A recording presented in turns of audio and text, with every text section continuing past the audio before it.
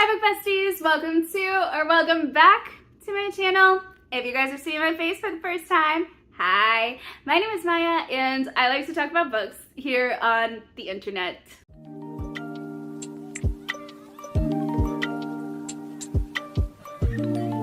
Last month was August and I read one singular book completely. Let's talk about the one book that I actually completed, and that is Nancy Drew Diaries, Once Upon a Thriller by Caroline Keene. Following along Nancy Drew, who is like a little miniature detective. This was like a nostalgia series of my time. Okay, so listen, the one time where I felt included was when my class either read Nancy Drew, typically the females, or Hardy Boys, typically the males. Sometimes, you know, people would have read both. But it was a very big thing to read Nancy Drew if you were a girl or Hardy Boys if you were a guy. I don't know.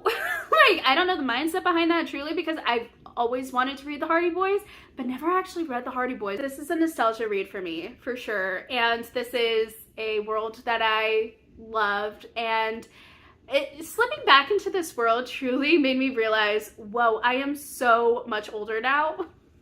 Clearly, but like, you know, I have read so much from the time that I read Nancy Drew, and here I was like, oh, this is so nostalgic. Oh yes, I know the story. Oh yes, I have, you know, seen it around. I know what it's about. It was like reading it for the first time again, and it was so much fun. It was truly such a good, fun little time, and to be able to just, you know, sit back, relax, re-meet a character that I have had such nostalgic feelings for, and then to come out of it too with the star rating that I'm going to give it, which honestly is like a 4. I am giving this a 4-star, and the only reason I'm not giving it a 5-star is because I realize I have been very freely giving 5s, when in actuality they may most likely be 4s, just because it is such a good time, it is such good vibes, and there's really nothing that is like bad about these books, but also nothing that's spectacular or awesome or amazing, or that says I'm gonna recommend this to everyone. Now, that being said, I may still give this a 5 by the end of the year when I go back over all of my books for like the secret goddess tier of a 6-star, and maybe rethink some reads and some star ratings, specifically, you know, the 5-star category, because again, like I said, I've been giving 5 stars out pretty freely, and this may be a 5-star because nothing wrong technically, stylistically, character-wise, world-building-wise, nostalgia-wise. Like, it was such a great read, but also I don't want to be too liberal with 5 stars just yet, because I do need it to stand the test of time of, is this a book that I think about? Is this a book that I recommend? Is this a book that I remember? This book is all about Nancy Drew and her friends, Bess and George. They're heading out into the wilderness for a fun summery vacation. That goes wrong the second that they get there. This story is basically following a plot line of the book that is written within the book. So essentially there is an author, Lacey O'Brien, who has written multiple books and has sold them. They're well loved. She's kind of a recluse, but she does come out of the woodwork like once a year at a special bookshop in the woods, because that is like her hometown, where she grew up, where she knows people, and so she graces them with her presence and brings in tourists and fans and all of this. But suddenly, there's a fire in the local bookstore and no one knows what is going on. So by the time that they get there and to that bookstore, it's already like cordoned, is that the right word? Cordoned off? Nancy Drew, being an amateur detective, is like looking and is like, okay, that looks interesting. And so she's like talking to the locals and finding out what it was that happened to this bookstore. Well, there's this one character that is like, you know what? I've read this in Lacey O'Brien's books, and that could possibly potentially be what happened. Well, then she starts like hearing all of the different conversations from the locals as she's just kind of like surveying the town, I'm really seeing if like there is anything true that could be from that statement. And lo and behold, there is more to this tiny town than meets the eye, as there always is, right? Then she goes to meet her friends for lunch because she's hungry. Well, then they decide, you know what?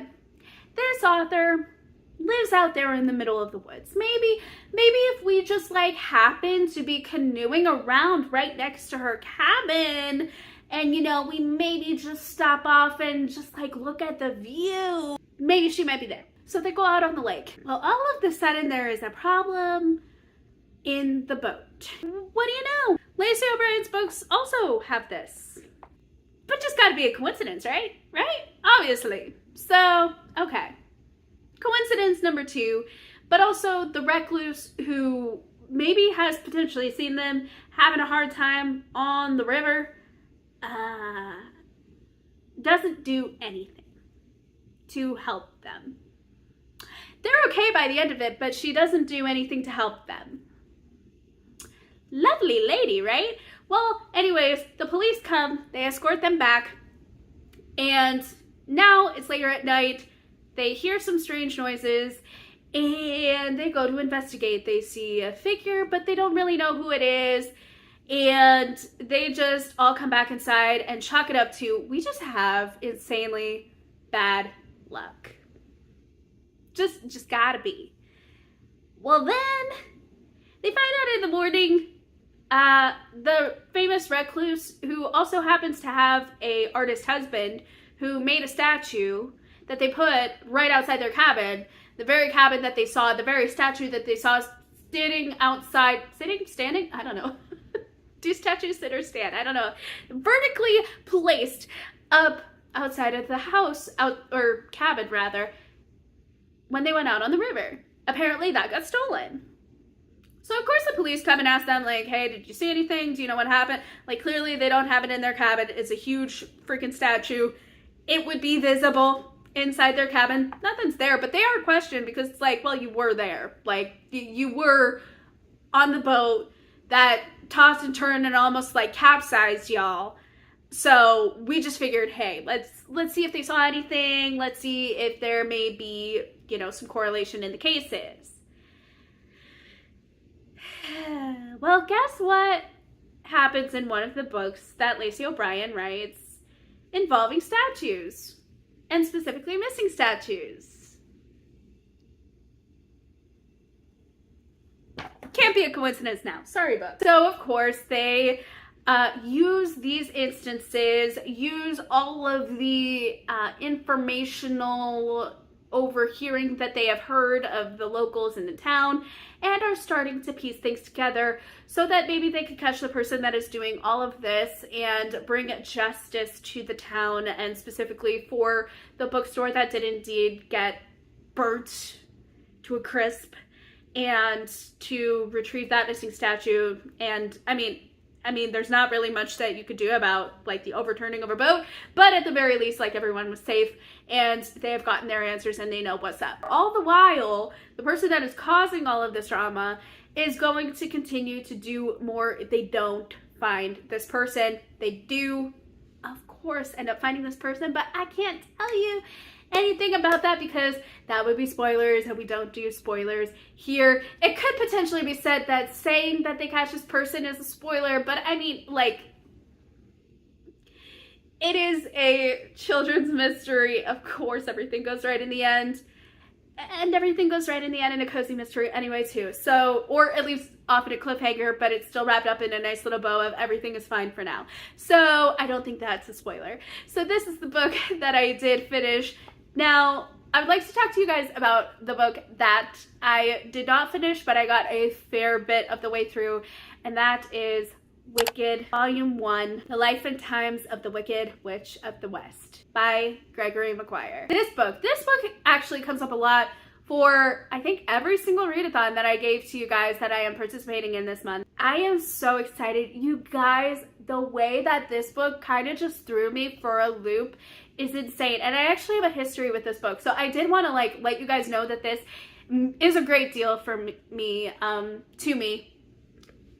I can speak English today, clearly. I have great fond memories of Wicked. The first time that I ever heard about it, and it was close to the time when I was going to New York for my senior trip to New York. Now, we went to New York and we went to Washington, D.C. And throughout that time, we did not go to Broadway. I know, but we had a large class. We weren't there for a long period of time. There was other things that we could do and that we took advantage of sightseeing, and so we did that. My mom decided that for my high school graduation, we would recreate that trip, because for my college graduation, we were planning on doing like a whole literary thing, and that was back when we thought I was actually going to finish college in 4 years. I'm 24. That did not happen.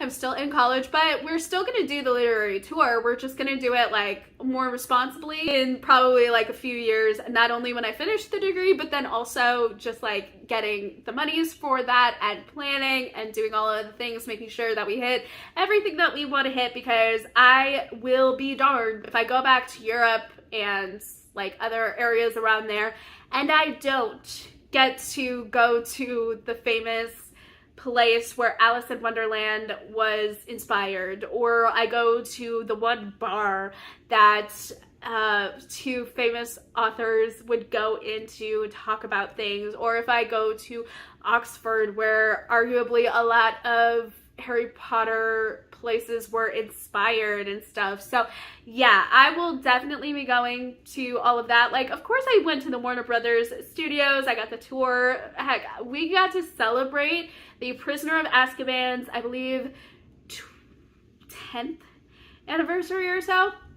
It was great. Of course I enjoyed that. So we had those experiences, but I want to like have the literary ones and to go back and do all of that. But anyways, I say all of that to say we went back to New York and to Washington, D.C., and we got to recreate some stuff, or rather, you know, see some things that I may not have gotten to see in the first time.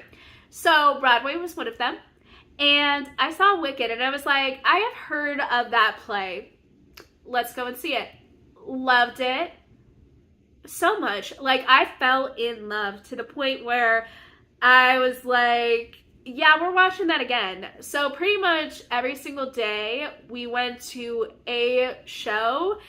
The first 2 nights was actual Broadway. The third day was off Broadway. And I think we were literally only there for 3 days as well. So yeah, we saw Broadway pretty much every single day.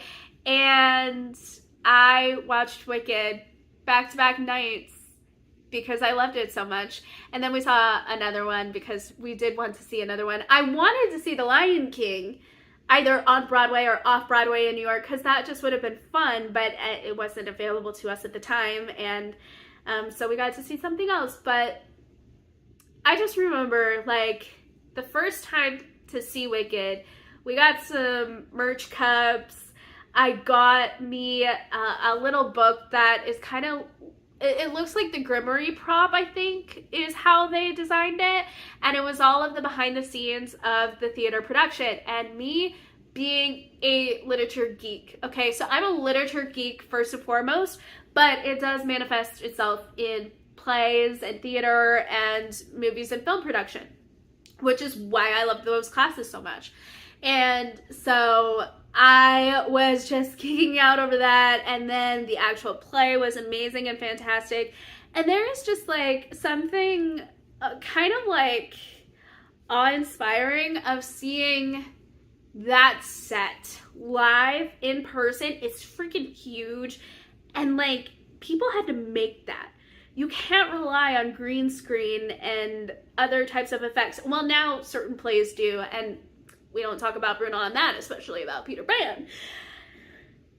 Anyway, I did my face, we're good. But, you know, you can't rely on that, and especially at the start of theater production, right? You didn't have that option. You had to make everything. You had to get the costumes together. You had to have on-point choreography, on-point music and numbers and timing, and just like really talented people in this art that could convey a story like that. And while I never got to see the OG cast perform, it was so much fun to like then look into the book and see like all of the different behind the scenes with the OG cast. It was awesome to see live on Broadway. And that at that point in time too, there was this person that was playing Fiyero that I literally saw on my screen all the time for Disney Channel. And then that, I believe at that point, that TV show was done. So I was like, oh, nostalgia, okay, I see you. And then he actually started to perform, and I was like, oh, I see you. I see you. Okay.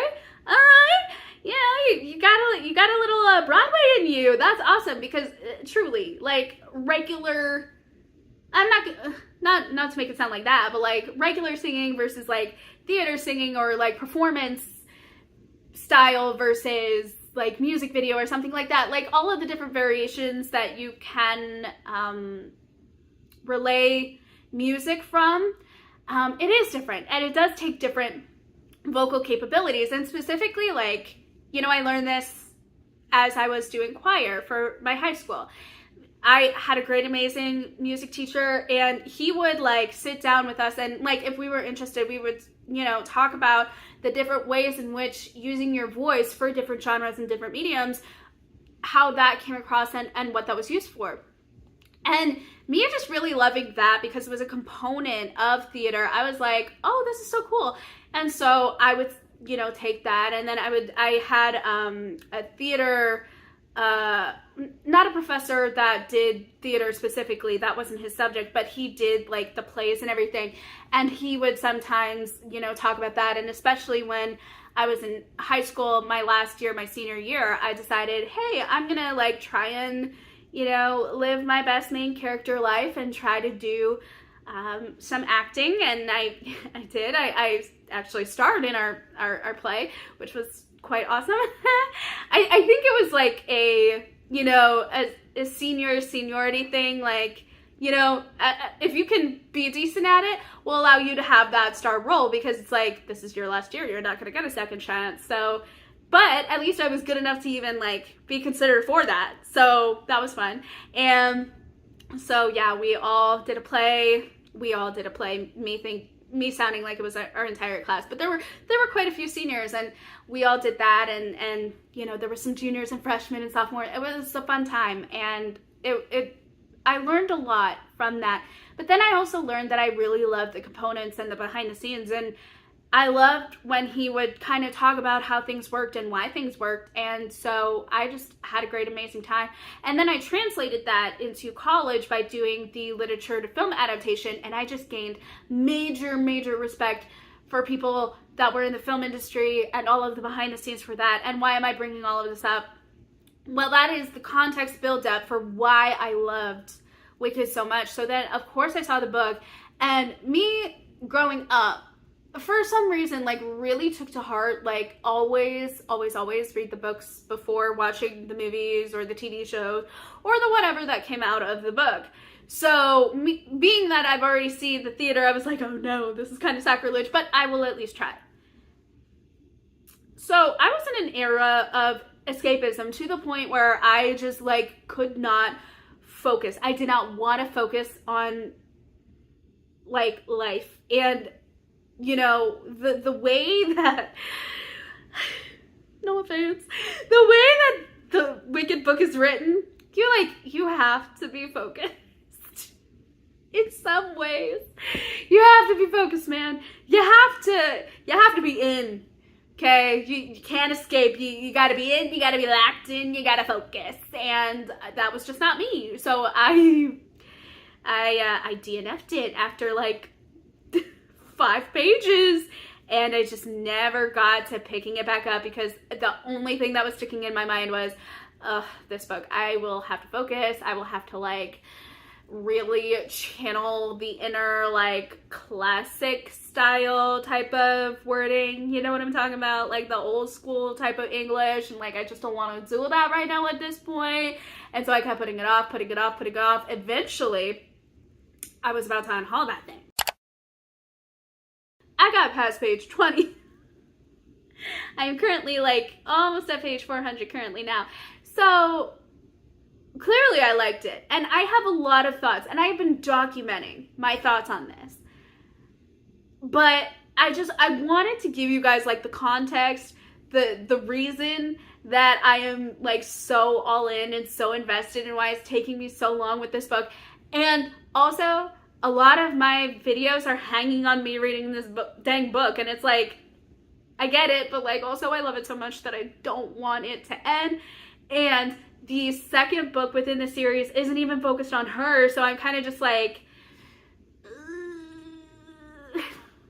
do I want to? I mean, to be fair, this book isn't really focused on her. I won't even go into that. I have an entire video that I'm going to make on it, but it also is definitely following her, so I'm like, I really want to read this book, and I definitely want to read it before November. But it's just such a good world, and I want to hold on to it. I am finding a lot that I am just holding on to the books that I want to just like stay in the world in. Because like I started 9 Liars. I haven't even touched it because it's a great book, but it's the last book in the series. I don't want to leave. I don't want to go. Spider-Man, I don't want to go. To be fair, that's a callback to a very sad scene. My bad, but like it feels like that. So, yeah. But yeah, that is all the books that I had finished and started last month. And I mean, it's almost laughable, my last 2 videos. If you guys have seen them, if you guys haven't, my TBR video and my all of the readathons video.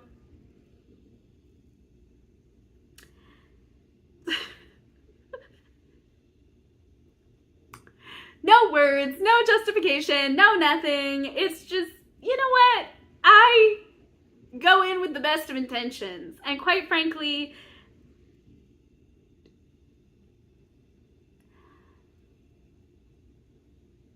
I got nothing. I do it with the best of intentions. That's like all I got. Honestly, we get what we get, and we don't throw a fit. We just buy more books to cope. Anyway, yeah, that is all. That's all I got for you guys. Thank you guys so much for hanging out with me. I really needed this. This was a fun time to just sit down and talk with y'all. So thank you guys so much for that. I will leave all of the links to the creators of all of the readathons that I am participating in the description box down below. I always do that for every single month, whichever readathon I'm in.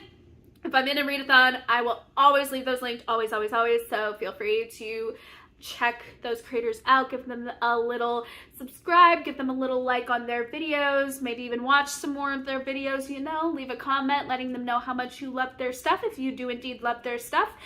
And yeah, I also have some links in the description as well that I do a great job at promoting, right? But like, I mean, if you guys want to see me on other platforms, feel free to check those links in the description. And that is all for housekeeping. So thank you guys so much for taking that time out of your day to watch this video. And as always, I can't do the eyebrow lift. Thank you guys so much for being the absolute best bookish bestie that ever was, is, or ever will be. And I'll see you guys in the next video. Bye!